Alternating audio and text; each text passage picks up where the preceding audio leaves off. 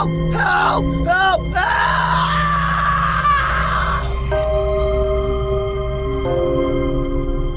No! No! No!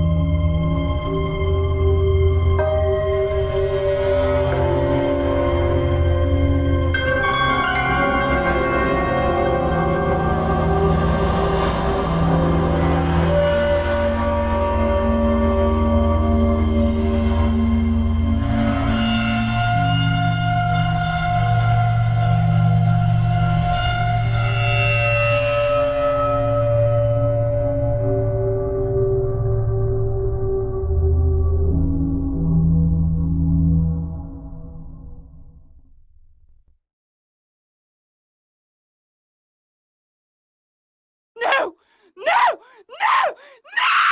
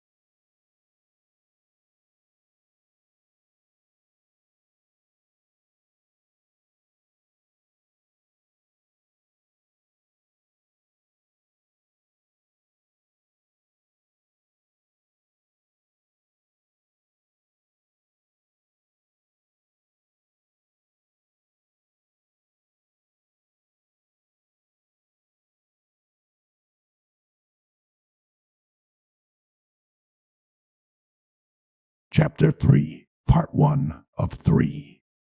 The July 4th and 5th Massacre. Bloodbath. Part 1, July 4th. El Topay Memorial Stadium, July 4, 1964, 8:15 p.m. Fireworks. The full day and evening for 15-year-old Sherry Barksdale was what her big mama would call a glorious and a blessed gift from heaven. Sherry is with her 19-year-old family-approved boyfriend, Vincent. They sat a few blocks away from the stadium to watch the fireworks explode high in the nighttime sky from the back seat of his dad's 1955 DeSoto black and white Fireflight Coronado. Sherry and Vincent Gittens are what people would call kissing cousins. They are second-generation second cousins. They both have the same great-grandmother. Sherry grew up in West Baltimore on Stockton Street. Vincent grew up on Hampton Street, an alley street in the Bolton Hill neighborhood, only a few blocks from where I grew up on Bolton Street. Their great-grandmother was raised in Bladensburg, Prince George's County, Maryland. From the time Vincent was 7, he grew up with his very pretty cousin.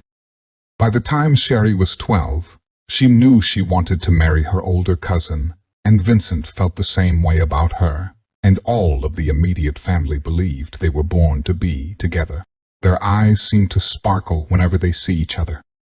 Family always comment that no one has ever seen or heard them fight. They have not. Tonight, more of the couple's time was not spent watching the fireworks from the back seat of the DeSoto, but deep, wet, and awkward 1964 inexperienced teenagers were tongue-kissing and heavy petting instead. Both kids are still virgins. In 1964, for their ages, being a virgin was not an anomaly, but for most Negro kids, it was very likely the rule. That is not to say Negro teenagers had a higher moral authority. It was more about Negro teenager economics versus white teenaged economics. Maybe 1 in 100 Negro teenagers had a car. Very few did not share a bedroom with 1 or more siblings, and maybe cousins too. The bottom line is, there were very few places to go. There were not very many lovers' lanes they could go to or safe places of privacy. And sex was taboo if caught. Especially girls who got sent away. And the girl's daddy, who may shoot the boy who fucked his daughter without permission. But tonight, the two teenagers have planned to take advantage of a rare moment when Vincent has his father's car and permission to, after the fireworks, take Sherry's to eat a late dinner at Big Mama Blanche's Country Kitchen, located on the avenue. Instead, the enamored young lovers got a couple of burgers and shakes from the little tavern on North Avenue, then head 10 minutes north on McCullough Street to Lover's Lane in Druid Hill Park. Their young love is unbound, and their hormones are like a raging forest fire, out of control. Sherry and Vincent both want tonight to become their love light, to live forever in their mind. After all, they are in love, and no one has ever felt love like theirs before. A typical teenaged misconception about what love really is, until learning once sex is no longer the driver of the love-mobile, and fell asleep at the wheel, and now the couple's emotional navigator is only the love portion of the relationship. It is demanding work to keep that love light turned on year in and year out. Year in and year out. Year in and year out. Forever. Well, you get the picture. Death is only the beginning. Druid Hill Park. Parking area near the Reptile House. July 4, 1964, 8:47 p.m. Melissa Rosenthal and Jamie Cooper. 28-year-old Melissa Rosenthal and 30-year-old Jamie Cooper are roommates who are also lesbian lovers. Not exactly socially accepted in 1964. Baltimore is not only racially segregated, but homosexually intolerant. Melissa and Jamie are RNs, and both work at Maryland General Hospital in different departments. Melissa worked in pediatrics, and Jamie was an OR nurse, and they rent a small 3-bedroom ranch-style home with a small, well-manicured front lawn on Greenspring Avenue in Pimlico near the famous leg, the Triple Crown racetrack, the Preakness. They are a couple who are a little crazy in love, but the affectionate part of their relationship is only on display behind the closed doors and curtains of their home. To the world, Melissa, Jamie are nothing but best friends and roommates.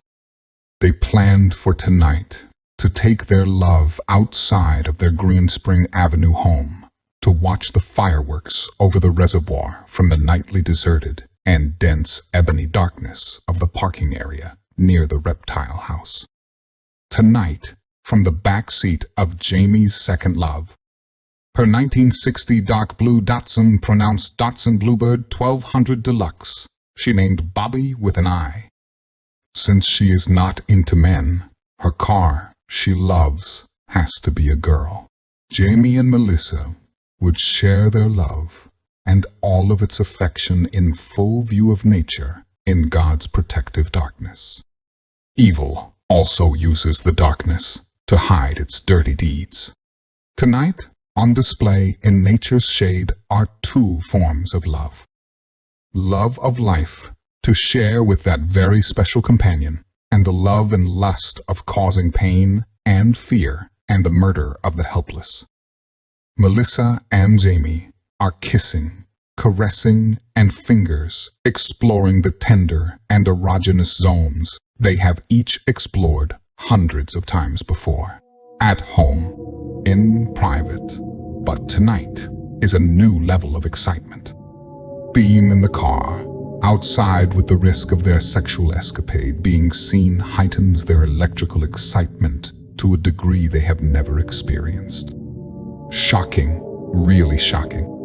Their sexual kisses, sucking and moans, and their lack of attention to their surroundings beyond the explosions of rockets' red glare fireworks crackling over the water and the rustling leaves from the night breeze. And the music playing on WCIOAM radio with disc jockey Bob Bartell. The third doesn't notice the muffled sound of slow walking footsteps. Creeping closer to Bobby and her enamored occupants. Melissa, who is prone on the back seat of Bobby, briefly opens her eyes and screams in sheer terror. A hooded, faceless shape in the dark is peering at her, and Jamie making love to the sound of Frankie Avalon, singing the Four Seasons hit song, Ragdoll. The excitement from being seen is not there, as she always fantasized and hoped for. Only piss-your-pants fright, and non-purposely, she did. She squirted a hot golden stream directly onto Jamie's face and into her mouth that was busy sucking and slurping loudly on her lover. The figure who was pressed faceless against the glass speaks ominously, speaks threateningly.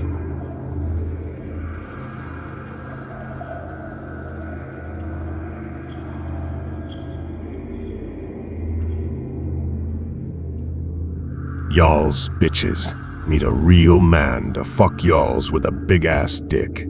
Then he yanks open Bobby's unlocked back door and snatches Jamie by her long dark brown hair and throws her to the asphalt of the parking lot next to Bobby's rear passenger side wheel. The shape grumbles. You dirty bitch dyke whore. I'm gonna fuck y'alls hard. Y'alls nasty ass butch bitch. Y'alls ain't a man. I'm a man. You dirty butch bitch. Y'alls ain't got no dick. Alls y'alls can do is eat pussy and use those fake rubber dicks you buy on the block. Y'all's fake-ass dyke bitch. Melissa, still nude, leaps from the car and begins to girly pound on the huge aggressor, demanding, "Leave her alone." I said, "Leave her alone. Stop kicking her, you bastard." She continues to pound on him, which has the effect of a nagging gnat. But like a nagging gnat gets swatted, so does Melissa, who has her head forcefully slammed onto the dark blue door frame. Her head cracks open, and her light blonde hair instantly has a wet and deep crimson tint as a bloody highlight. It can be vividly seen from the open car door interior light, cut ting into black of night. Melissa falls unconscious to the ground next to an unconscious Jamie from the kicks to her head. The huge assailant looks down at the beautiful, unconscious homosexual women and speaks. It's time for y'all's bitches to get fucked by a man's dick, not that plastic shit y'all's buys off the block. Historical note, in 1964, the block was Baltimore's infamous red light district. Then he opens a zipper revealing a black moldy scab and wart-laden hard 18-inch dick filled with purulent, dripping blisters that smell like shit. Then he uses his stag film-sized dick full of infection, and he forcefully rapes both women vaginally, anally, and orally. Then he brutally murders them with hundreds of stab wounds all over their bodies with the same Jim Bowie knife that in a few hours he will use to murder Vincent and to leave the BCPD a threatening note stuck to a tree. He uses his Bowie knife to stab and slowly cut deep into Melissa's abdomen. Then he pulls open the once beautiful lesbian woman's sliced abdomen apart, and in a perverted, sick sexual act, then he again withdrew his musty, rusty pus, dripping rot 10 dick, and begins hard fucking her bloody and gut, spilling whole from her body with exuberance, and loud sexual moans of exhilaration that can be heard piercing through the night and misty rain. Then he begins to dismember the bodies of the two once beautiful and friendly, well-liked lesbian lovers, while chanting his worship to his beloved Mayan deities. While receiving oral sex with the dismembered head of Jamie Cooper, who's dead, but once beautiful blue eyes stares up at him with a deathly sad look like she came face to face with Satan. She did. He takes their body parts and lays them side by side with their arms spread out at the 3 and 9 o'clock position, and their legs bent with feet flat on the ground and knees spread wide apart in an inviting sexual position with their bloody torsos in the middle. It is a very macabre sight that latter will give some BCPD cop psychological nightmares for years. He surrounds their nude bodies with ritualistic effigies and dolls that resemble the position he placed Melissa and Jamie. He finishes his macabre after-death ritual by carving a large letter K into their upper right chest. He prefers branding with a red-hot iron before death as a mode of sadistic torture. Or is the branding more than torture? Two young lovers who looked for spice outside the privacy of home died for the thrill, although the thrill was all his. Also, Jamie and Melissa aren't Negro children. They are white adults. Has he changed his targets, and if so, why? For the Phantom, the night is early, and the pitch-dark former slave plantation, now known as Druid Hill Park, is filled with lovers he wants to kill because killing gets him off. It is not just about Negro kids anymore. He needs to kill to stay alive, or so he believes. But he loves killing. He walks away into the deep veil of night in search of more victims to the WC-OO sound of Dionne Warwick singing Walk On By. It is 9:23 p.m. Druid Hill Park, Jones Falls Trail area. It is July 4, 1964. 9:50 p.m. Bob and Susan Brewer. Bob and Susan are newlyweds who got married in a Catholic church a couple of weeks ago on June 26. For them, the honeymoon isn't over.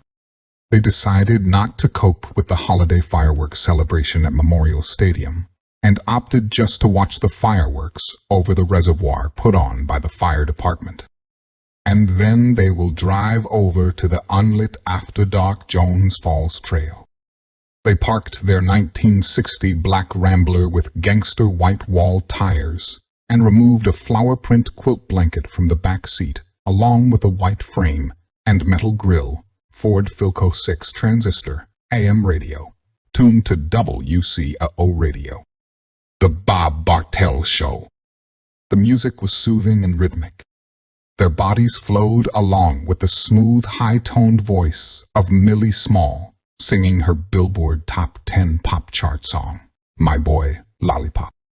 The motion of the young newlyweds making love in the wooded darkness was like floating in a calm-waved ocean, carried by the movement of slow-rolling, hip-grinding musical sounds like ripples breaking across a pond after skipping a stone.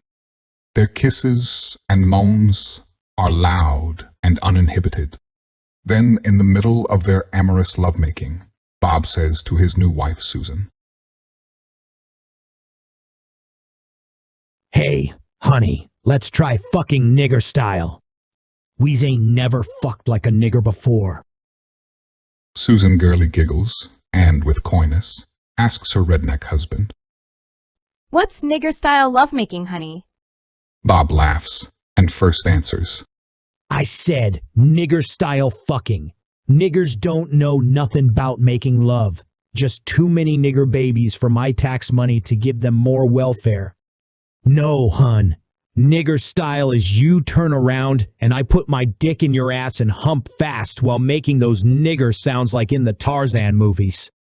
You know the niggers dance and sound like gorillas."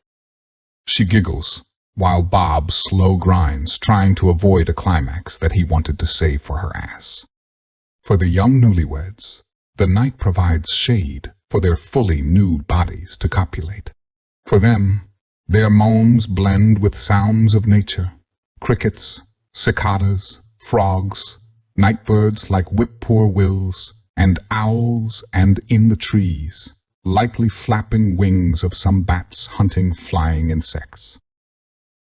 The shrill 6-transistor radio, tuned to W, C, A, O, changes from Millie Small's Candy Pop sounds to the soulful sound of the Drifters singing up on the roof. Slightly blending into all of the harmonic sounds surrounding the newlyweds is the low, gruff sound of heavy breathing associated with unseen eyes scrutinizing their every movement. And behind the tree branches and bushes, a dark and mysterious figure who only moments ago raped and killed 2 women stands watching the couple making love, needs more. And he ejaculates while masturbating his massive and blistered and wart-covered diseased dick with a thick greenish pus instead of an off-white creamy fluid. Disgusting. He steps from around the bushes and branches brandishing a large and very sharp axe. A woodsman's axe, although he remains out of their point of view. The newlyweds are still lost in their amorous lovemaking. Susan pauses her sexual moans and says to her recently married husband Bob, before answering him about his dick in her ass, while acting like a Tarzan movie native. I love you so much, Bobby. I can hardly wait for you to start your new insurance job as mailroom supervisor downtown at Fidelity, so we can move out your mom and dad's room over their garage and buy a small, affordable house with a cute kitchen. Like maybe over on Mount Royal Avenue or Park Heights Avenue, the lower side close to the Carlin Drive and movie theater on Druid Park Drive at Park Circle, away from those nasty-ass Jews with their stinky-ass kosher food in Pimlico. And niggers with eating fucking pig's feet and other funky shit they eat. Oh my god. Niggers and Jews eat shit no human would give a dog. A historical note about the Carlin Drive-In. It opened on June 20 with 1958 with William Holden in the bridge on the River Kwai. It had a capacity for 1,800 cars. This drive-in was built on the site of the former Carlin's amusement park. The Carlin Drive-In closed on November 27, 1977, with the movies Tonko and Texas Chainsaw Massacre. He moans, grumbles, and responds sounding somewhat frustrated because he wants to tap her sexy brown eye, not talk about moving away from rent-free living. "Baby, Mom and Dad will let us live there, rent-free as long as we want. There's no rush. Sides from me making more money now. We can do more stuff than watching the Ed Sullivan Show with the family on Sunday night. And the money we save, but not paying rent, will let us in a few months buy our own car. And we won't always need Dad's Rambler when we want to go out. Good thing Dad don't leave the house to go anywhere once he gets home from working at Revere Copper and Brass." Without warning, a menacing, foreboding evil steps out of the shadows, and with a frightening voice from the 7th circle of hell, he says, Y'alls ain't gonna be looking for no house, or 'cause y'alls dead. Then he raises his axe high above his head, and with one powerful downward swoop, the axe splits Bobby's head in half and two sides of his skull, and brains fall onto their blanket sides, both left and right, and the fully nude Susan immediately sits upward with Bobby's body draped over her legs, and she screams like her lungs are outside of her body for more wind, and her vocal cords are plugged into an electric amplifier power sound. Loud, then she pleads. Please, please, please, mister, please don't kill me. Please, I ain't gonna tell nobody what you did. I didn't even know your name. I won't tell, please. I'll suck your dick. Please, I don't want to die. Please. Please let me go. I'll tell the cops a couple of blue-black niggers killed Bob, then raped me. Like I said, I don't even know your name. Then, in the middle of her mercy pleas, the murderous figure standing above her says ominously, I am the Phantom Killer and bitch. I'm gonna kill y'alls, then put my dick in y'all's mouth after I fucks y'all's asshole and curly red-haired bush pussy. Then he slams his large and bloody axe dead center in her chest with extreme force. The force cuts her heart in two, but her death was not instantaneous. In the seconds before she died, he lopped off her head like a child lops off the head of a chocolate Easter bunny.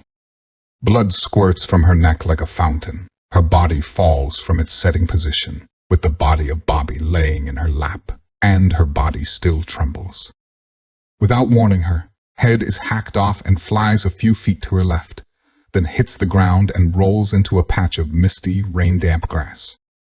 Then he drops his axe and quietly walks past the still body that is squirting blood onto the patch of grass where Susan's head landed. He unzips his pants and removes his gigantic, moldy, diseased, discolored cock with the rank odor of pus, popping from blisters like popcorn. Pop, pop, pop, squirt more pus. Then he picks up Susan's head and shoves his nasty-looking and worse-smelling dick into her pried-open mouth, then says snarkily, I change my mind, bitch. Y'alls can suck my dick first. Then he takes her head, and with an in and out thrust, while holding her head in front of him, he goes through the motion until he ejaculates again. And without losing his erection afterwards, he begins to analyze raping Susan's lifeless body. The Phantom Killer is a true necrophile. Lifeless sex beats living sex any day, but that may be due to a body full of disease and deformities. God knows he has an abundance of them, carves a large K into their upper right chest, and then chops their limbs off to the AM beat of Sam Cooke singing Chain Gang. It continues by placing his ritual effigies and dolls encircling the body parts of the once young racist newlyweds. Sam Cooke continues to serenade the dead with his hit song Chain Gang, while a bloodlusting killer walks silently away to find more victims to quench an unquenchable thirst for blood and death. July 4th, 1964. The Druid Hill Park, trail near the conservatory being used as a lover's lane. It is 11:15 p.m. Glenn Howard and Susan Overstreet. The night has a subtle misty rain. The fireworks show is over, and the park is mostly empty with the exception of people in private darkened areas they are planning to use as a drive-in motel room for the night, or hours or minutes for the wham-bam thank you ma'am quickies. I've always been a marathon man myself. Young boyfriend and girlfriend, a couple of Glenn Howard who lives on South Monroe Street, near Montgomery Ward and the MTA. That's the Metropolitan Transit Authority. And Susan Overstreet, who lives on Liberty Heights Avenue, a few blocks away from Gwyn Oak Park at the cross street of Gwendale Avenue and Gwyn Oak Avenue. Both Susan and Glenn work for the Hecht Company, downtown on Howard Street. Susan is a cashier and Glenn is a stockboy. They have been dating for about 6 months and recently began having sex together. The one problem has been, both of the 20-year-olds still live at home with their parents, and they don't earn enough for regular motel rooms. So, sex between them has been sparse at best. 3 weeks ago, with a loan from his dad who works at Bethlehem Steel in Sparrows Point, he bought a 1958 Volkswagen microbus from a private owner. It was what used car dealers would call clean. According to used sellers, this means good shape. They have never made love in his microbus. But tonight their plans have changed. Susan is in love and wants to be married. Glenn, on the other hand, is in what a lot of men called deep light. He liked her, but he was not looking for a wife. Especially now. He has a motel room on wheels, and Glenn plans to invite lots of occupants. But tonight, he plans for the VW11 window microbus to have its maiden sex voyage with Suzanne on the bench backseat after the fireworks. The VW microbus has deep red flower print curtains in front of all the side windows, making it mostly private. Only the windshield, the front passenger windows, and the rear window is uncovered. The passionate couple is fully undressed. The microbus is parked on a pitch-dark trail, and so is the interior. Glenn and Susan both love R&B music, especially the smooth-talking overnight disc jockey on WWIN, Sir Johnny O. They fervently and with animalistic passion grope and grasp each other's steaming hot and naked and wet, sweaty bodies. They tease each other to the sexy smooth R&B sound of Ronnie Spector and the Ronettes, singing Be My Baby.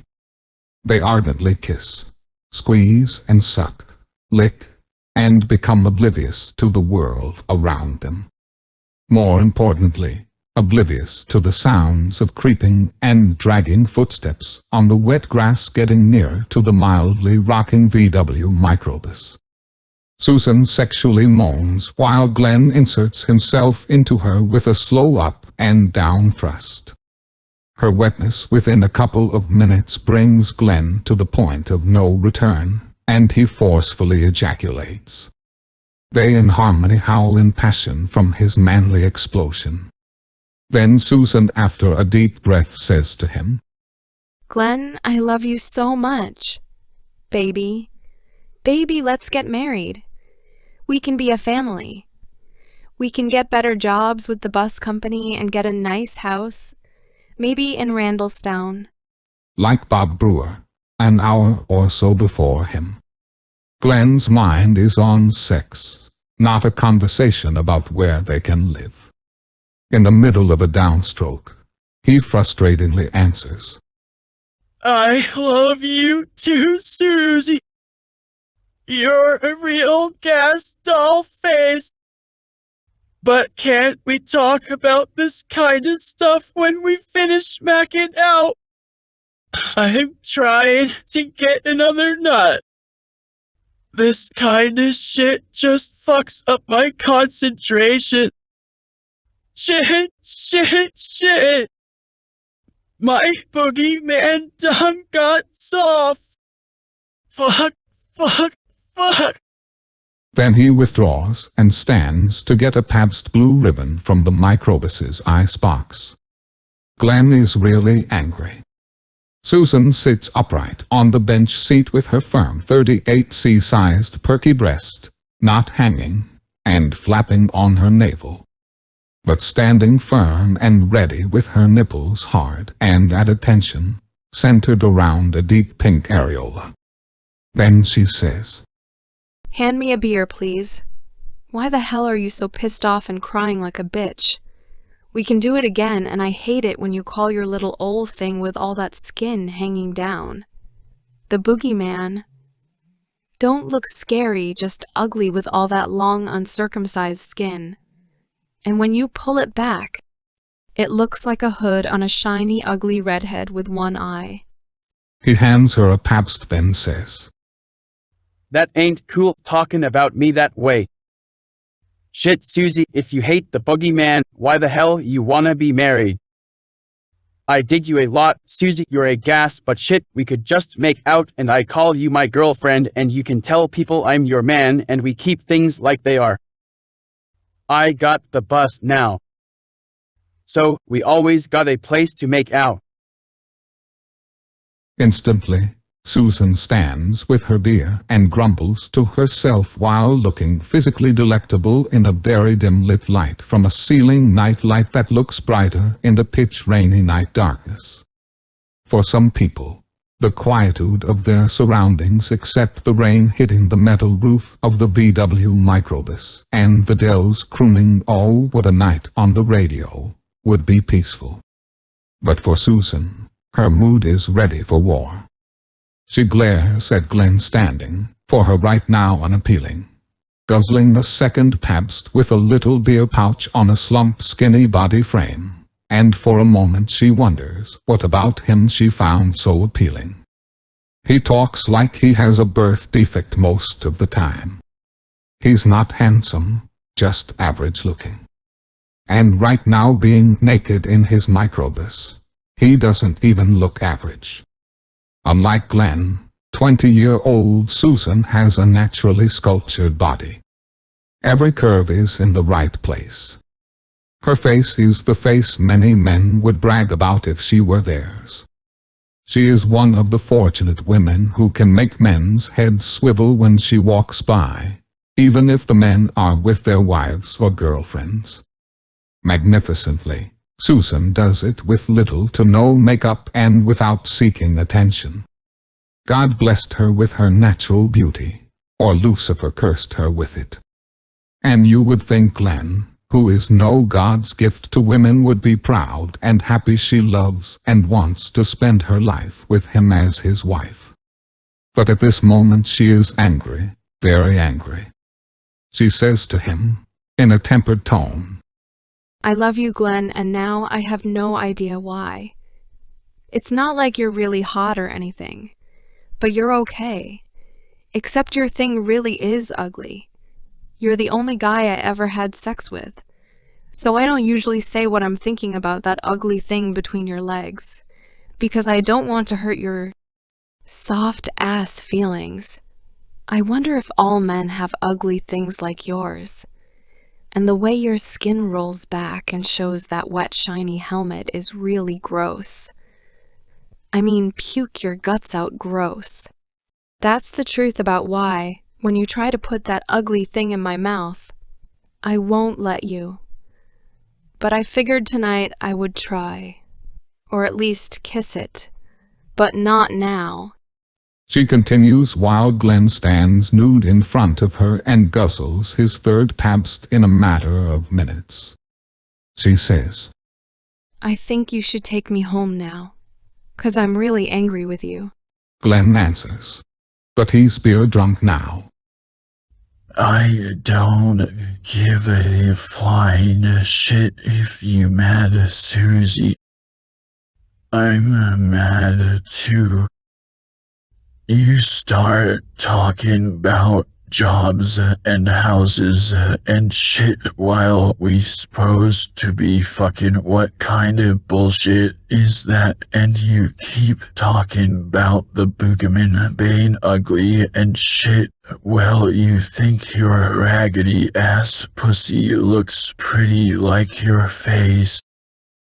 Well, damn it don't. It's just skin and a split.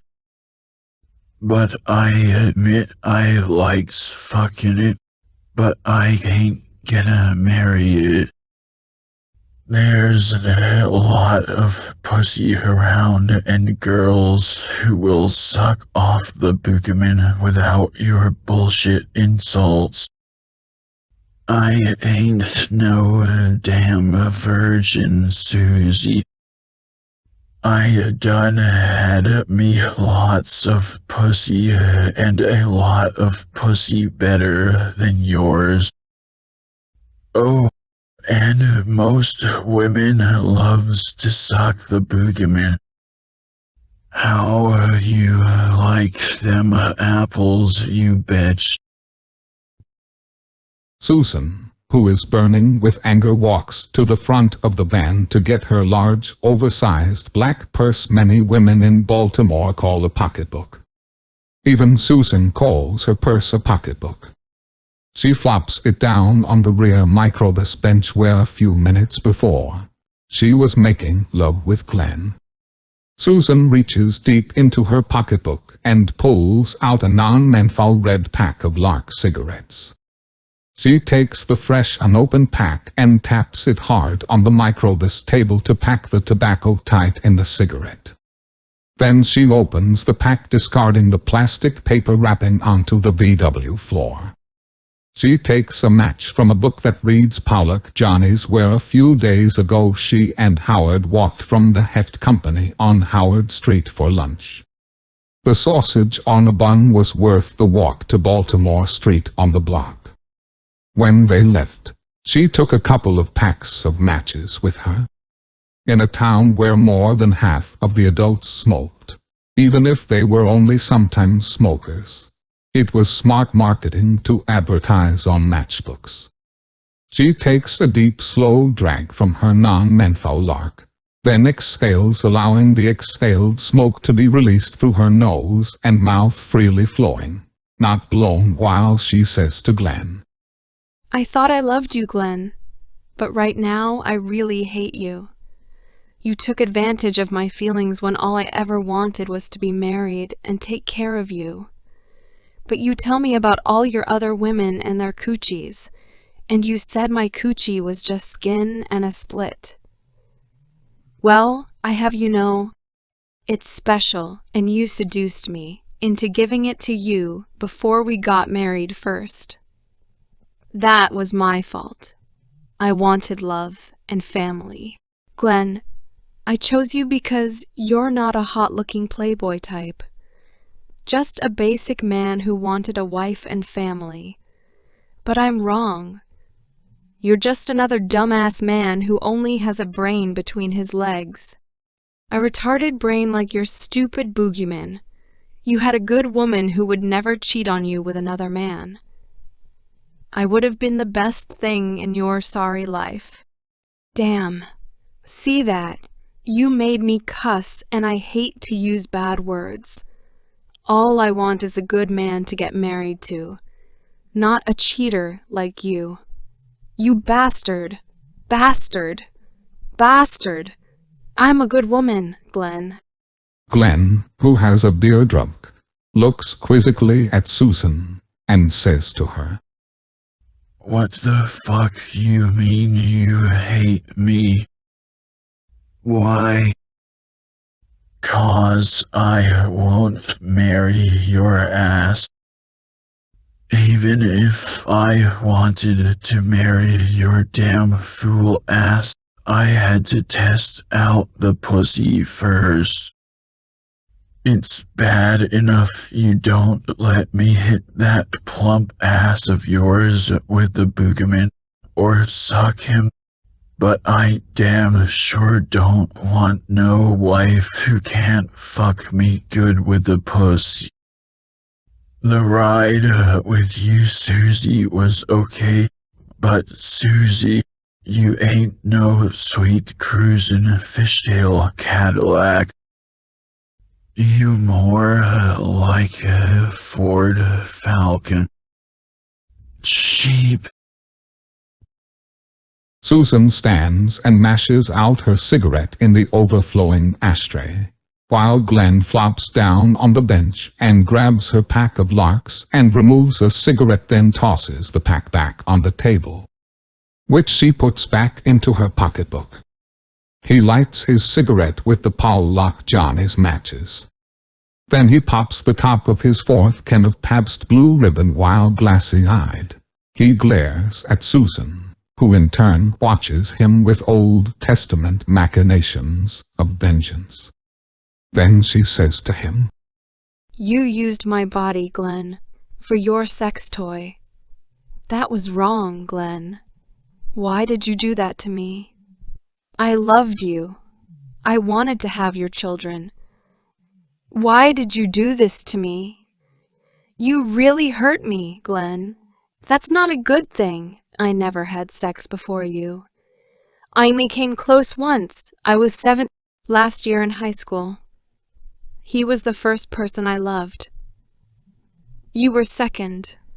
I learned I was part of a bet. But he lost because we never had sex. But he paid for what he did to me a year later. The dirty bastard. I thought Sammy wanted to get married after high school, but he just wanted to use my body to win a bet with his friends. But he's the one who lost more than I did. The dirty bastard. No food and too many beers too fast have Glenn confused and angry. Angry because he is still horny. The boogeyman is upright and at attention and not getting anything but a slow stroke to keep him awake. Frustrated, he says to Susan, You need to stop being mad and come on over here and sit down on the boogeyman. You know you want it. Only this time, just shut your big mouth and fuck me. And if you want to open your big mouth, use it to suck the boogeyman. A combination of being buzzed is making him speak his mind without a filter.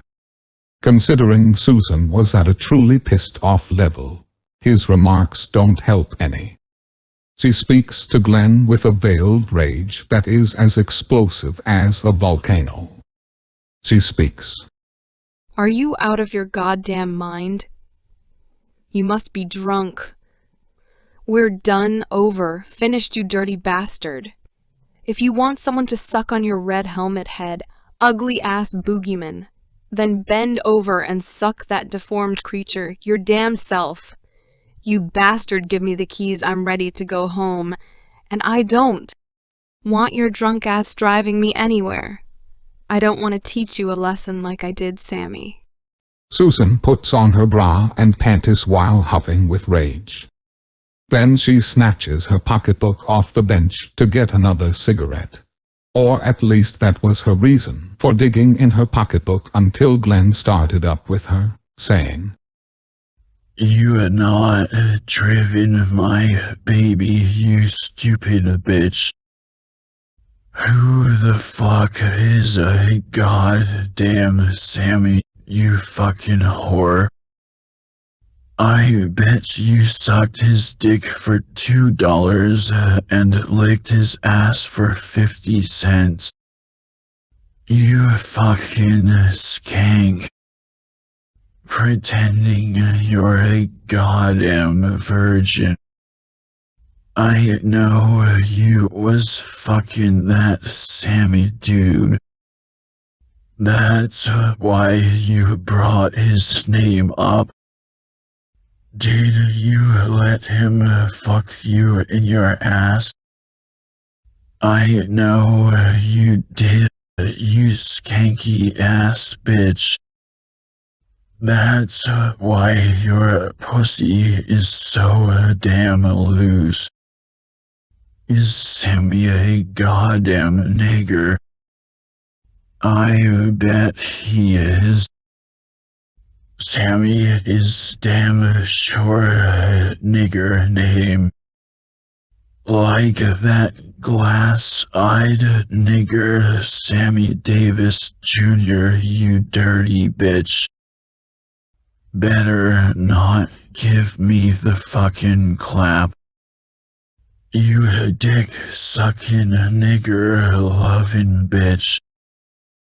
Bitch, you better not burn the boogeyman with the fucking clap. Bitch. Want a ride home?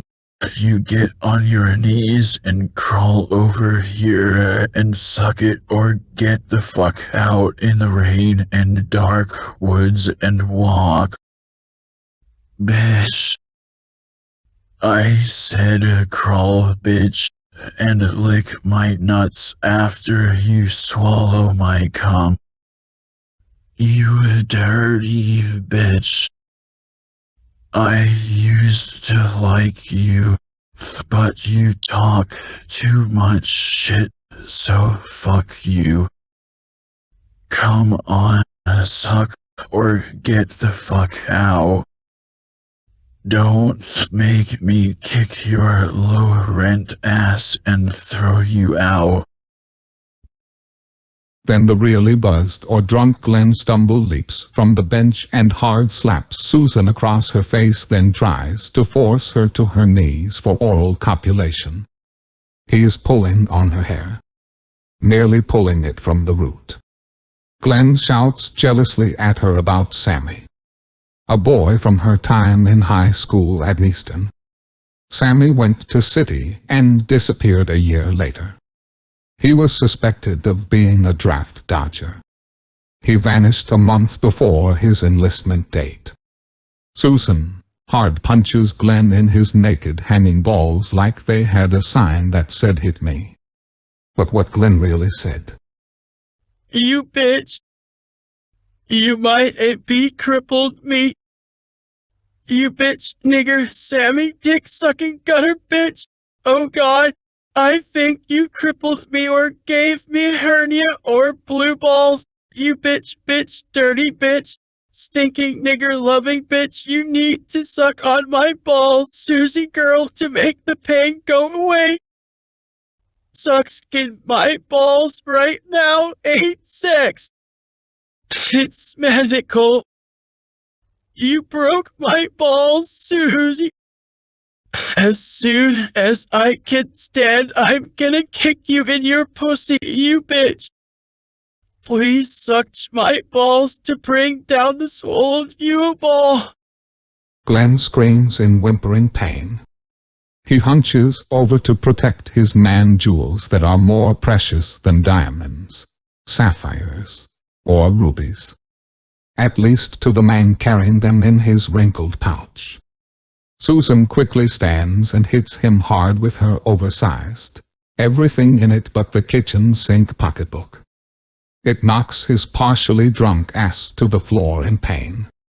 Susan quickly digs deep into her pocketbook, and with cat-like speed she withdraws a 4-inch razor-sharp fixed-blade knife, and with her left hand she grabs a hold of the boogeyman, and with one swift motion with her right, her razor-sharp knife slices off the boogeyman like a red-hot knife through butter. He screams louder than he ever has.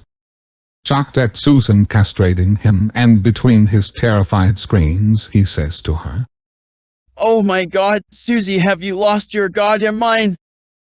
I'm gonna bleed to death if you don't get me to a hospital. Get me to Maryland General. Oh my God, Susie, I'm dying. You murdered me. Oh my God, get me to the emergency room. You murdered me. Blood squirts all over himself and over Susan. The floor is slippery with red human nectar.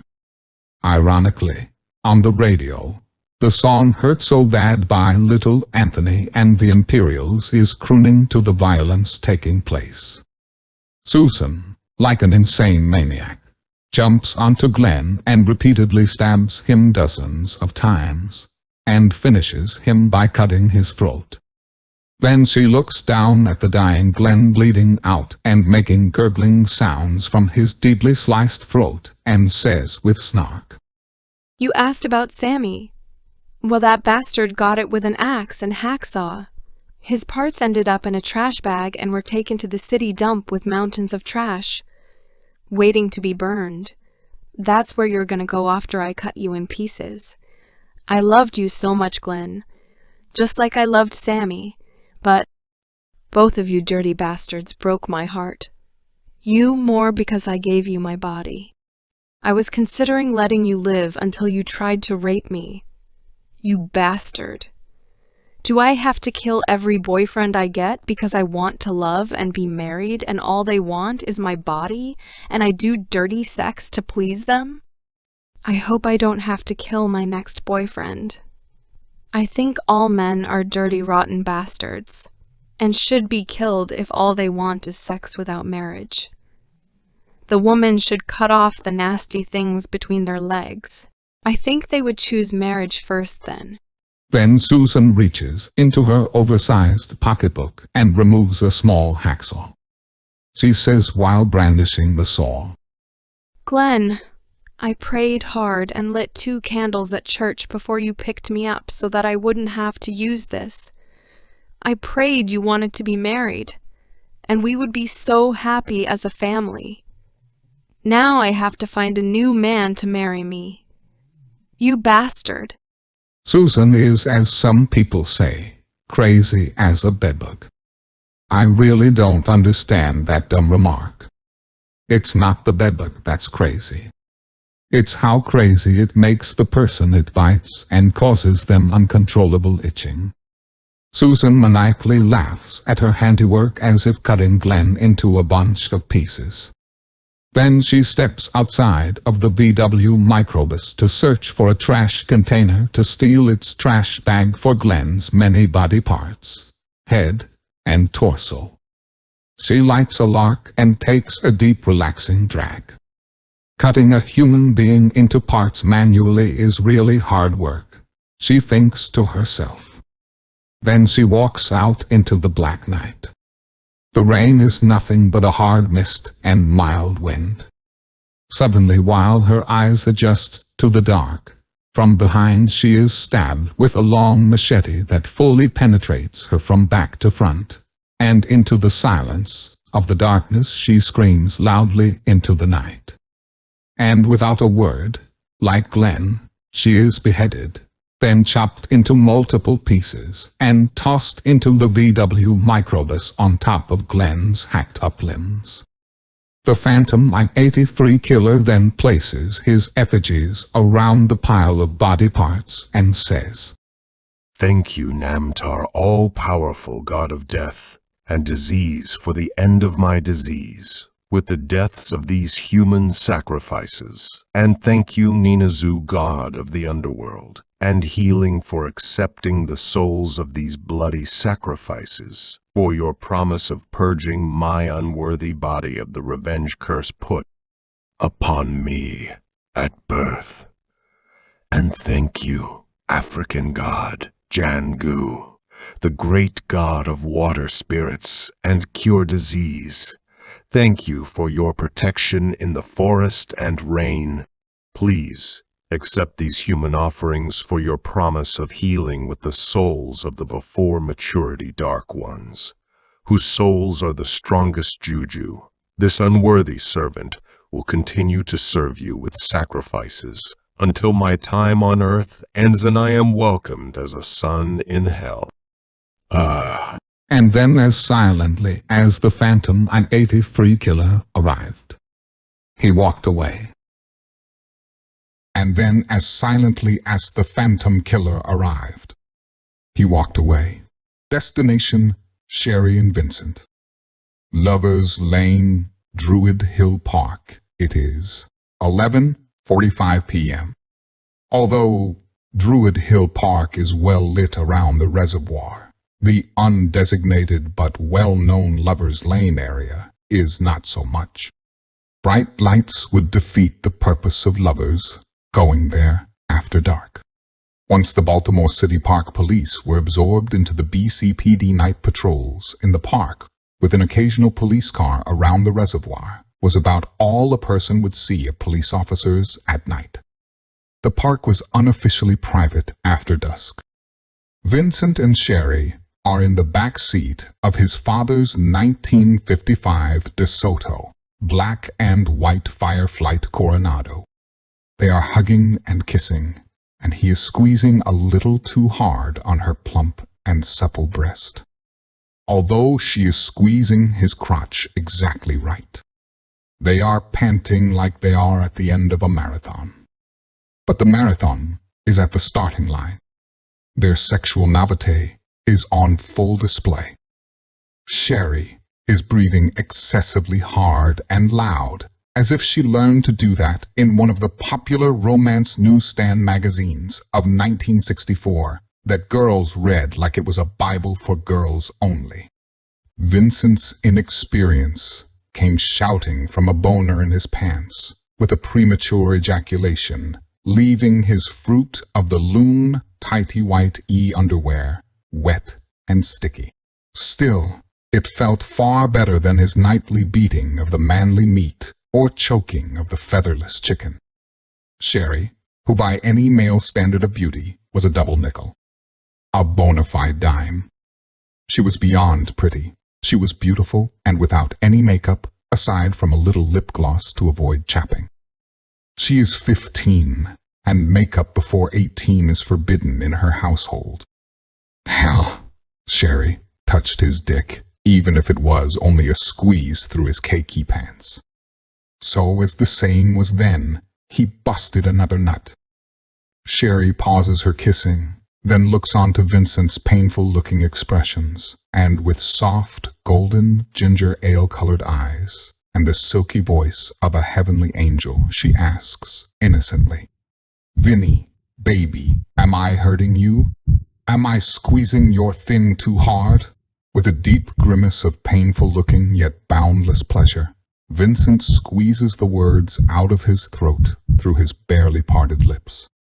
He says, "I love you, Cherry. Everything you do excites me more. I want to make love to you, and we can make a baby, so we don't have to wait 3 more years to be married." Sherry responds with a cautious explanation. "Vinny, I want us to be married too, but if I get pregnant now, Mommy and Daddy will send me away because I shamed them. Then, Vinny, I won't see you no more. They ain't never gonna tell where I'm at, or let me come back." Vincent responds with an answer born out of desperation, love, and an aging from boy to man, boner brain.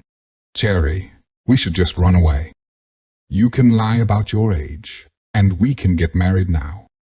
I'll go get a job at Bethlehem Steel. They hire colored folks. We can get a furnished apartment to start. Come on, Cherry, let's do it." Tepidly, she answers her horny boyfriend. Her love for Vincent is strong, but her sexual heat is dissipating like steam from a tea kettle taken out of the fire. She says, "Vinny, you know I love you my whole life, since I was a little girl. I love Mommy and Daddy too, and if I run away, they will cut me out to my whole family's life. Everybody, my aunt, aunts, and cousins, and both my big mamas. I can't run away, Vinny. You won't lose your family, but I will. Let's wait till I turn 18. They already gave their blessing for us to get married then." It is 12:37 a.m. The holiday is over. Horny and frustrated and now angry, he says to her. "Then that means you don't really love me, 'cause me and our children would be all the family you supposed to need.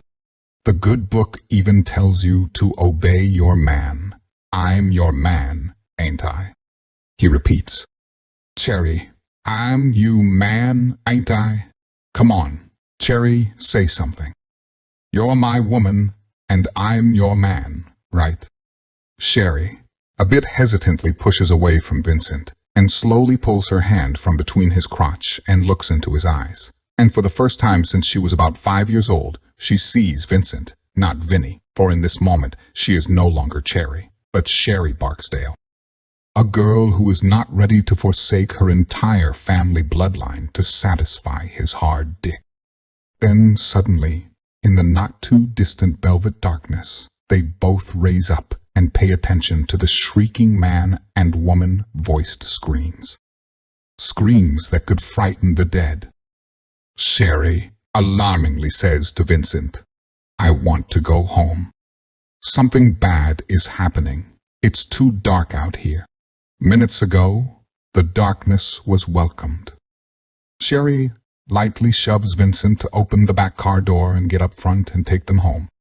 Vincent wants to be the non-trepid, big, bold man like Lee Marvin in the TV program, M Squad, but he is still just a boy backed into the corner of manhood. He courteously holds the car door handle, but not unlatching it to open into the now graveyard silence of a deep, black moonless post-July 4 the night. Parked in a tree-lined area of Druid Hill Park, alone and afraid, fear-laced sweat beads on Vincent's clean-shaven, dark-skinned, narrow top lip.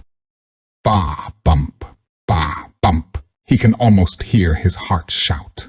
Sherry has her fingers unaware, digging into his back and tearing at his flesh like passion, scratches with none of the pleasure.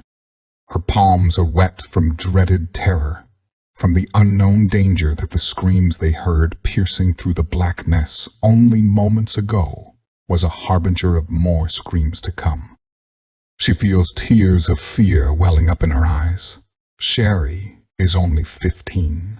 This is only her first date, where she was all allowed to stay out beyond 9-0, unless she was within family chastity protecting view. Her tears are flowing down from her golden brown eyes, leaving tracks on her fair-skinned cheeks. Her ears strain to hear sounds outside the perceived backseat safety of Vincent's father's DeSoto. Both kids strain their eyes against the darkness to see what cannot be seen. Vincent swallows a big lump of fear and pulls back on the door latch, and before the door opens completely, he is violently snatched from the vehicle, and the car door immediately slams shut behind him, leaving Sherry closed inside a cocoon of distress and Bubblegut's panic. Bob, bump, bop, bump, bump of Sherry's heart beating so hard, she imagines that she can see her chest move in sync to her heartbeat. Vincent screams and pleads shout to the quietude of the night park. Killer stabs Vincent repeatedly in his back, chest, face, groin, and head with a large Bowie knife. Great for stabbing, not so great being stabbed. Vincent squirms, jerks, twitches, and dies very painfully. Vincent's autopsy will indicate for the homicide police detectives that he was stabbed 168 times. Every single wound potentially a fatal wound. Over 100 of the wounds were post-mortem. Sherry no longer hears Vincent's painful, horrified, and tortured screams. Screams and pleas for mercy, or the killer's loud and monstrous maniacal laughter during his orgy of murder and mayhem. All sounds of Vincent are gone. The only sounds a petrified Sherry hears penetrating the darkness of the park are the chirping of crickets. Trails of snot run from her nostrils, only to be caught and wiped away on her blouse sleeve. Her heart feels like it will pound right out of her chest. She sniffles uncontrollably, and her silent tears now have become the wail of a child afraid of the dark. Sherry had good cause to be afraid. Not of the dark, but the evil that lurks in it. She uses the back of her hand to rub away her tears, and in an instant she sees a large, hooded figure who appears to be faceless pressed against the car door window. In her mind's eye, the faceless person is glaring at her like dessert to Vincent's main course. Sherry, out of a panic reflex, quickly slides her back against the opposite rear door, and not for an instant removing her eyes from the figure in the window, who attempts to open the door to find she locked it while Vincent was being murdered. The locked door angers him as he tries multiple times to open it. In anger and frustration, the maniac uses his fist to smash the car door window, and just as fast, primed by a strong will to live, Sherry raises her hand above her and pulls the door handle, and it swings open from her weight, leaning firmly against it, leaving her to fall backwards out on the ground. The maniac roars with anger at her attempt to elude her fate. Then he shouts in his low, monotoned, monstrous way, "Bitch, y'alls might be high yella, but y'alls just another nigga. To me and y'all's gonna die like a nigga.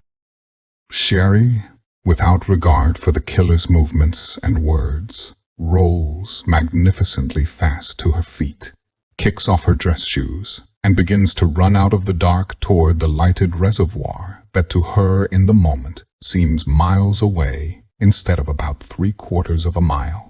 Sherry did not run like the 1980s stalker movie killer victims who fall, lay there, and die. She ran more like 1973's Texas Chainsaw Massacre's final girl, kicking dirt and hauling ass, but black girl style with arms swinging back and forth for locomotion, like 1960's Olympic superstar sprinter Wilma Gludian, Rudolph Gold Medal winner, while screaming for help. Not a jogger-style run with side-to-side arm and hip motion. The Phantom Killer was not a 1980s slow walk down a victim type of maniac either. He ran close behind her with his knife poised to slaughter her once he caught her, which he is starting to realize won't be easy. She is fitter and faster than he is, and she is too goddamn terrorized to get winded. Plus, the grass is getting slippery from the sudden July 5. The new day rainfall is not even close to slowing down. Even with badly cut feet from running in a park full of debris, barefoot. Shit, Sherry doesn't even notice cut feet. Unlike him, who is out of breath from the chase. He has never had to chase a victim before. He is a hunter, not a fox chaser. And if she lives, in a few years, Sherry will be more fox than most men who chase could handle. The Phantom Killer is totally out of wind, like a man with emphysema, and gives up the chase, while he watches Sherry run screaming for help toward Druid Park Lake Drive, lights, and traffic, but most importantly, cops. It is Sunday, July 5, 1964, I-83, exit 7B at US 1 and US 40 Druid Park Lake Drive. Lover's Lane near the reservoir, Druid Hill Park. 2:30 a.m. Druid Hill Park, in the silky darkness with a light early morning rain and a slight smell of musk from moss on trees, is in the air. There are more than a half a dozen patrol cars, 2 ambulances, the coroner's wagon, a couple plainclothes detective cars, and 6 mean and anxious, ready to maul anyone who is not their trainers, German Shepherd police dogs, pulling at their leashes looking for a killer, who tonight in a note to the Baltimore City Police Department, handwritten and attached to a tree with the Bowie knife he used to kill multiple victims tonight in Lover's Lane, he exaltedly proclaimed himself as the Phantom Kill. Lear, with a sense of mania pride. His note said, "I am the man of many names, according to the press and y'all cops. From here on, calls me the Phantom Killer. Fuck with me or my name, and I will kill the mayor, his WAP kids. Y'all cops think putting a bunch of y'all's fuckers in the woods can catch me or stop me? Then y'all's dumb as y'all looks, with y'all's funny-looking hats. There's lots of woods, dummies, and I can use all of them. Tonight was fun, and it ain't over yet. Y'all will see. Tell that high yellow nigger bitch she didn't escape me. I let her live, for now, unless she pisses me off like that dumb nigger from y'all's town hall. I know y'all likes my surprises tonight. It was fun. I'm the Phantom Killer of IT3. 10:30 p.m. The Gittins home. Hampton Street, Bolton Hill neighborhood. 1:37 a.m. In the tight, narrow one-way alley cobblestone street and red brick sidewalk of the single-block Hampton Street in the Bolton Hill neighborhood is where the Gittins family lives. The family consists of Vincent's father, his mother, grandfather, and grandmother on his father's side. His 12-year-old and 8-year-old sisters, and his 6-month-old infant brother. Vincent slept in the basement with 3 large and heavy indoor-outdoor tomcats named Bob, Bob, and Bob. The 3 Bobs were used to fight the large alley rats that would invade the homes of alley street houses. His primary household responsibility was throughout the colder months it was his duty to keep the coal furnace burning during the night. It was a small 3-bedroom house. His mom and dad shared their bedroom with his infant brother. His grandparents had their room and his sisters theirs. Although Bolton Street is diverse and mixed racially, Hampton Street is all colored. Normally Vincent's dad would have gone to bed after the Tonight Show with Johnny Carson, but not tonight. He is worried. Vincent should have had Sherry home and been home himself hours ago, even with the late-night dinner the kids were approved to have. Neither the Gittens family nor the Barksdale family has telephones. He is concerned the 2 kids ran off to elope. The actuality never crossed his mind that they were I-83 killer victims. His second thought other than eloping is they are somewhere screwing, probably in the back seat of his car. Simultaneously, on another side of West Baltimore on Stockton Street, Sherry's dad is pacing and wondering the same thing about his daughter and whether will he have to shoot Vincent in the ass for stealing his baby girl's virginity. He didn't know, and his anguish was excruciating. Vincent's dad, like many poor Negro families, especially with roots from homes without electricity in the country, would light coal oil lamps with replaceable wicks. The family is in bed asleep, but he can't. There is uncertainty if the magnitude of his worry was about Vincent and Sherry fucking or fucking up his cloth backseat from fucking in his car. He poured another steaming hot cup of black coffee and sat down at a small 6-seat kitchen table with an insert and lowered the wick in his coal oil lamp to dim. It caused shadows to dance a flicker on the wall of his mostly dark kitchen. Outside his front door is a massive figure in dark rain attire in still light rain without thunder and lightning. The Gittens family front porch is 3 narrow gray concrete steps without guardrails on either side. Outside the splintered brown and peeling paint on the front door, the huge man uses his large knife to slide between the door and the frame to push the easy in and out door latch to the in position, and instantly, the door is unlocked, and a heavy-breathing maniac is standing dripping small puddles from his rain gear loudly. Mr. Gittens, who is anxiously waiting for Vincent to get home so he can give him a good tongue-lashing, gets up from the kitchen table and speaks low-voiced as to not disturb the sleeping household in the darkened room, asking, "Is that you, boy? Where have you been with my car? I know Sherry's dad is fit to be tied and thinking about shooting you. You dumbass. It's gonna be a long time before he let you take Sherry out again." Suddenly, as he turns the corner from the kitchen to the living room, the dim light from the coal oil lamp creates a large and spooky silhouette mere feet and inches in front of him. His sudden panic shouts with a fear-driven stutter, "Hey man, who the fuck are you? And what you doing in my motherfucking house, motherfucker? I got a motherfucking gun, you overgrown motherfucker. And I'll blow your goddamn head off you don't sneak in a man's house. My fucking house."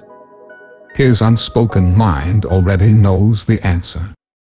His mind also without thought knows Vincent and Sherry are dead, and so is the rest of the family. Wet shit immediately squirts from his ass as his nerve become loosey-goosey in his bowels and turn into pure bubble guts. But he reaches for his small .22 caliber revolver in his pocket. But he is too slow. Before Mr. Giddens could say another word or another subconscious thought, the intruder grabs the sides of his head. The stranger's hands pound his skull like a basketball and presses the sides together until, like an egg, it cracks, then shatters, leaving blood and brain matter onto the hardwood floor. Aside from Mr. Giddens's very loud death scream, he never uttered another sound. Who did utter a sound were Mrs. Giddens and her father-in-law, Grandpa Giddens, who are at the top of the stairs calling down to her husband and his son, and everything is dead silent, which elevates their levels of tension in the darkness. They both slowly creep down the creaking stairway toward the dining room landing, with Mrs. Giddens holding a coal oil lamp. Once Linda Giddens is 3 stairs from the bottom, a huge, hooded man steps in front of her and shoves a long scimitar knife through the top of her skull, shoved upward from under the soft area between her neck and jawbone. Then in one swift motion, he yanks the blade forward and rips her face in two.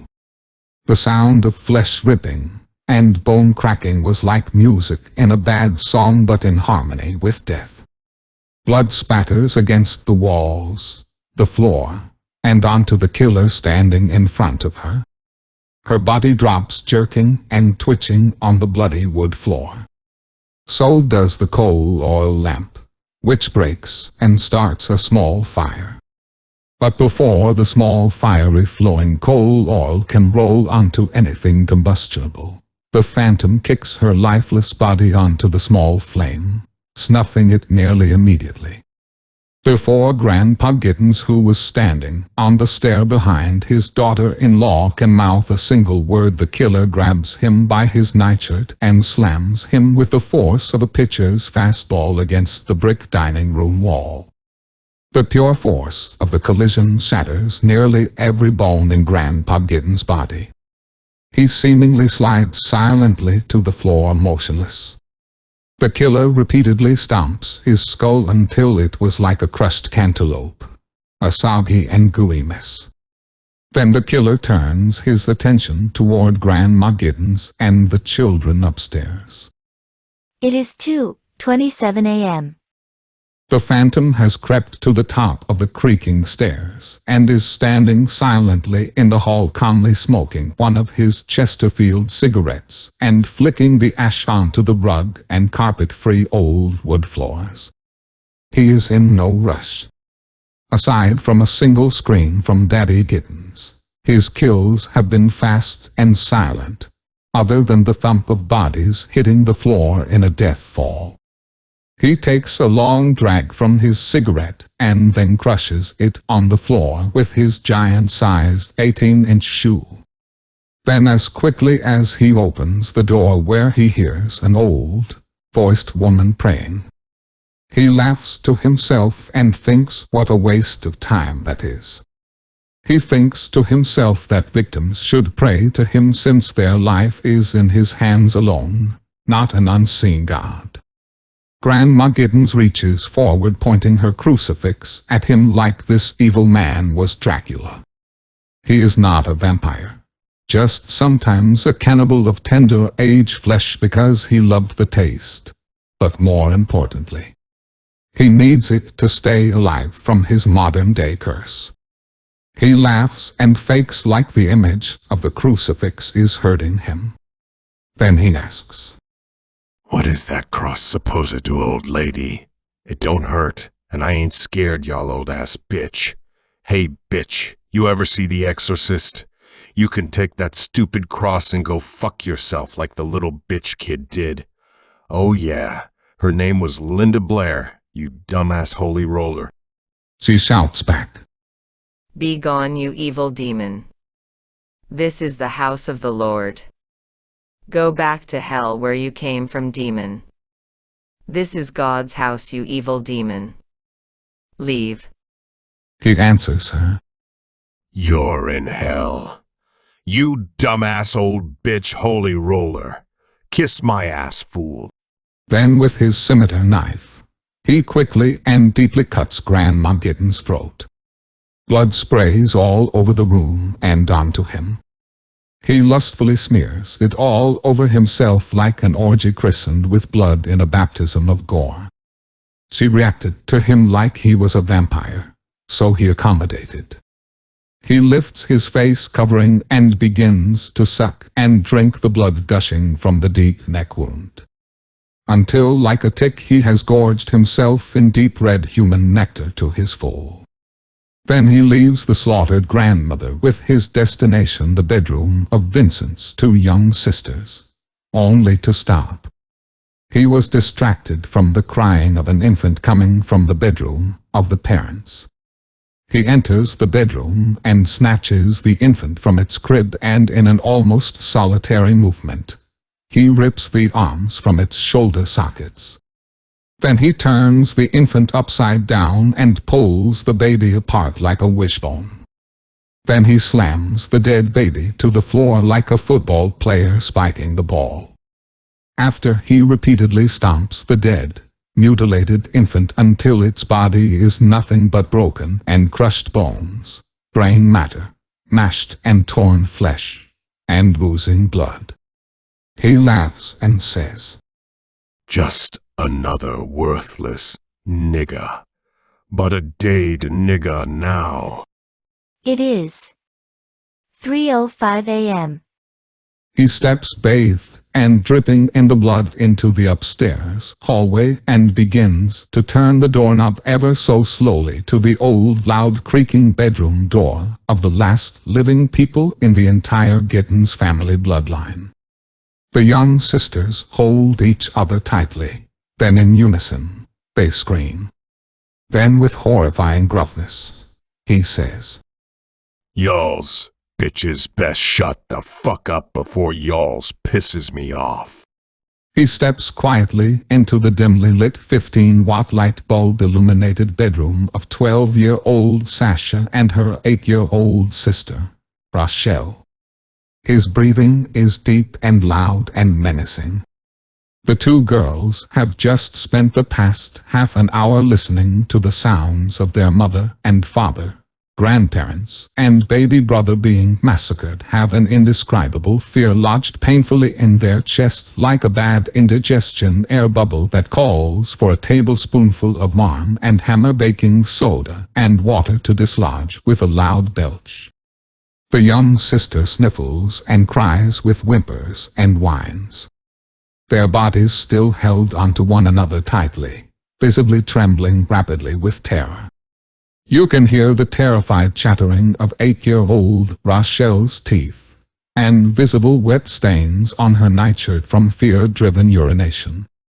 Both Sasha and Rochelle are rapid breathing to almost a pant. The room's silence is for only seconds but feels like days, with the teary-eyed girls gazing and nearly non-blinking at the nearly 7-foot giant dressed in black rain gear, drenched and running trails of blood. They are too young and to life sheltered to express that they know death is touching their shoulder like an unwelcome stranger who always hangs around. Sasha timidly asks the intimidating faceless stranger covered in blood, Mister, are you gonna hurt me and my baby sister? He stands towering high above the two less than 5-foot-tall girls, purposely silent to elicit more fear from the children. Then he asks a rhetorical question. Are y'all still virgins? 8-year-old Rochelle does not even know what a virgin is. Sasha responds saying, Yes, sir, mister. Both of us. We're still good girls. God tells us that we have to be grown up and married or we will go to the devil's house. He lives in HE and 2 sticks. I'm not allowed to say bad words like where the devil lives. Then he asks them individually what their names are. Sasha answers first. My name is Sasha, sir.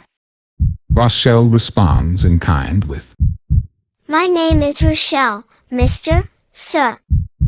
Please don't hurt me and Sasha, pretty please, mister, so we're good girls. Then he does something for the very first time in front of others. Slowly, with a tinge of hesitancy, he raises his hood and removes his face covering to expose his true face to Sasha and Rochelle, who in turn scream louder than they ever have. The sight of his horrifying face scares them beyond words. They quickly leap from their bed in unison to try and sprint past him and out of the bedroom, only to be forcibly stopped by the enraged phantom. He snatches Sasha by her gown so hard the top front tears practically away, as he flings her hard against their brick bedroom wall with such force it snapped her back like a pretzel. Sasha became an instant paraplegic. Sasha was alive, but fighting back or running are no longer left to her as an option. Rochelle fared no better in her escape attempt. He grabbed her long hair and with his gigantic foot he kicked her face first onto the floor. Then he ripped away her small-sized panties, and like a savage beast she is savagely and mercilessly raped anally with his bull-sized dick.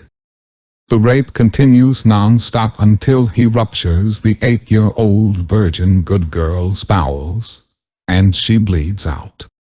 All Sasha could do was lay on the floor motionless with her eyes wide open glaring at their ceiling, while she listened to her baby sister's pained and tortured screams. Screams gradually turned into whimpers until there was only total silence. The room now is an all-encompassing quiet aside from her own heartbeat, fast-paced and echoing in her eardrums. Without warning, with one hand, he lifts Sasha around her throat to make eye contact with his maskless face of revulsion and horror. The weight of her body and his powerful grip around her throat is causing Sasha to choke and gag.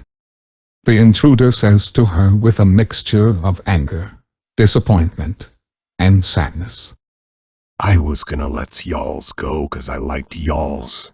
That's why I showed y'alls my face. I wanted us to be friends. I ain't never had one friend my whole life. And I'm 34. Never, damn it. And y'all ruined it by trying to run aways before we got a chance. But it's too late. Fuck it and fuck y'alls. I'm the Phantom. I-83 killer, and it's time to die, bitch. Then he removes his large dagger from a hip sheath and plunges it deeply into Sasha's chest and slices her small, tender-aged body below her navel, causing spillage of massive amounts of blood and entrails. Then he returns his face covering and hood, and then he carves a deep letter K into the upper right chest of Sasha and Rochelle, the only people he has ever revealed his face to. And he really was going to let them live. But in shock and panic, they screamed and tried to run, which triggered his lunatic anger. Without excusing his murderous actions, but think to be so horrifically ugly that in a lifetime never had a single friend. This probably led to him being insanely lonely, but not a maniacal killer. That's his true nature. Although, for the first time ever, he looked at Sasha and Rochelle and the carnage he inflicted on the two young girls he wanted as friends, and silently began to cry.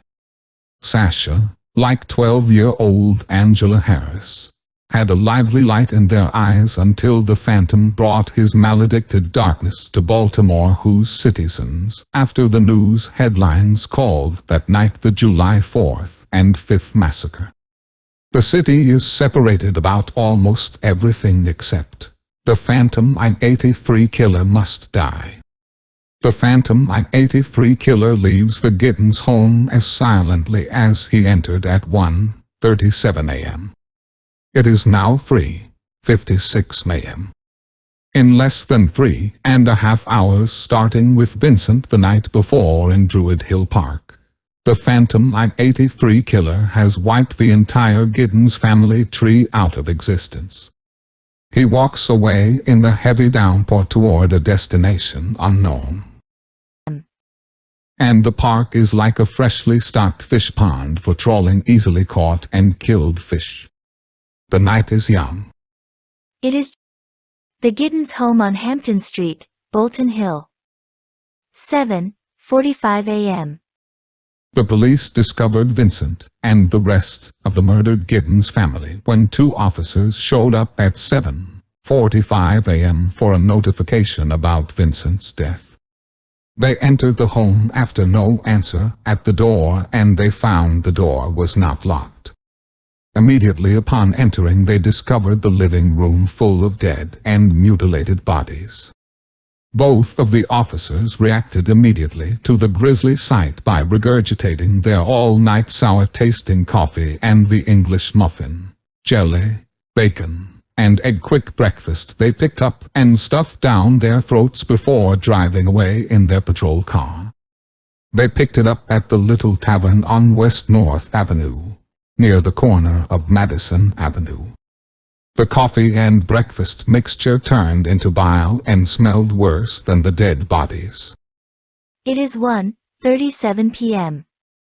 All morning several plainclothes BCPD detectives and uniformed officers of several different ranks have been circulating in and out of the Giddens' home. The coroner's office removed all of the bodies several hours ago.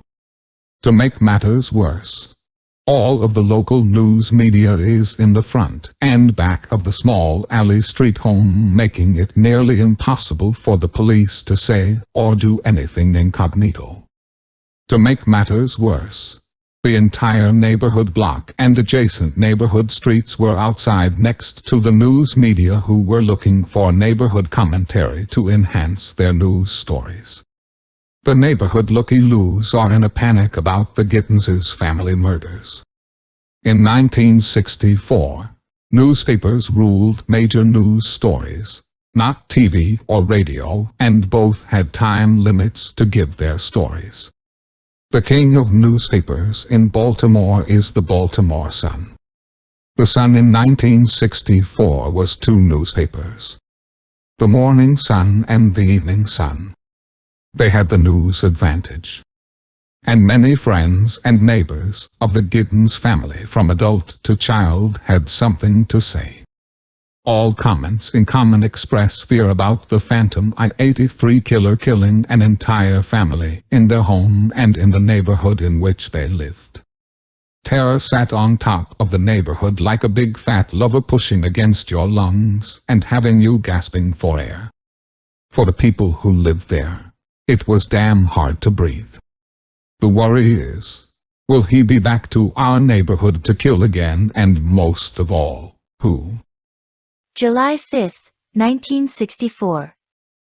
The Evening Sun quarter-page headline shouted to the world: The July 4th and 5th Massacre. The Phantom I-83 Killer Murders 14. The News American had a larger headline that was more tabloid style. It read, Bloodbath. The Phantom I-83 Killer Kills Entire Family in Their Home +7 in Druid Hill Park. All of the local media was on top of one story source in particular: Anna Cho. 4 words summarized who she was. I saw his face. At that moment, Anna became the most recognized person in the city. Anna Cho is a co-owner along with her husband of Cho's Chinese food. They are located on North Avenue, where Anna and her husband ran a restaurant that the neighborhood called the Yacht Game Joint. We pronounced it as Yacht Game. The restaurant is a carry-out only. Anna and her family lived above the restaurant in the building they owned. The back of the buildings on North Avenue ran parallel with the single-block street of Hampton Street and was separated by an alley. The back of the Cho home faced the back of the Giddens home. The bedroom window of the Cho home above their restaurant faced Sasha and Rachel's bedroom window. At night, if the curtains are parted in either window and the lights are on, they can see clearly into each other's bedrooms. Anna, who was having a night of difficulty sleeping, was looking out of her bedroom window seeking relaxation from the sound of the rain and happened to look into Sasha and Rochelle's bedroom window. Anna was wide awake when she saw the phantom enter the bedroom, and she was still watching when he revealed his face to the girls. She never observed Rochelle's rape murder because it took place on the floor below the windowsill. But she clearly witnessed Sasha's brutal stabbing murder. Still, that was not the news. The lead story is a living witness to what the phantom actually looks like. The news media has a single focus: the story. The BCPD also has a single focus: get the phantom. There is one area where the news media and the police department mesh. Neither is prioritizing what the phantom I-83 killer may do to Anna and her family. The Chos are non-citizen immigrants. They feel it is their civic duty to step forward, and neither the news media nor the BCPD is ready to jeopardize their solitary objectives for the benefit of the Chos. In 1964, the Chinese were Red Chinese. Since 1941, Americans have been fighting Asians. The Japanese in WW2. The North Koreans, and by proxy China, and the Soviet Union supplied the North with weapons and support. And currently, the fight is with the North Vietnamese, and again by proxy China and the Soviet Union. And in the eyes of many Americans, Asians, who in polite conversation were called Orientals. But the same Americans who felt at ease calling a Negro a nigger also called Asians, Japs, or Koreans and Vietnamese cooks Chinese, Chinks. In a very racist, segregated city, Anna was a chink to be used the same as Sherry is a nigger to be sacrificed if needed. When Anna did her first interview after giving the police a sketch that most can't accept as real, Anna was potentially on a meat hook. She just doesn't know it. Her first interview terrified the city and beyond. She said, "I saw his face when he killed the colored girl. I was tired, but I couldn't sleep, and I was looking out my bedroom window. My bedroom light was out, but the colored girl's light was on, and I could see in her window very good when I saw the big man I saw. I saw a monster, never saw a man so ugly. No, he was a monster. Not a man. Monster, killer." Her spoken statement in broken English was heard on every TV and radio station in the city and read on the front page of every newspaper. And with her sketch artist rendition, fear in the city reached new levels of terror. And with the phantom I-83 killer true face, every news outlet headline was, "Monster,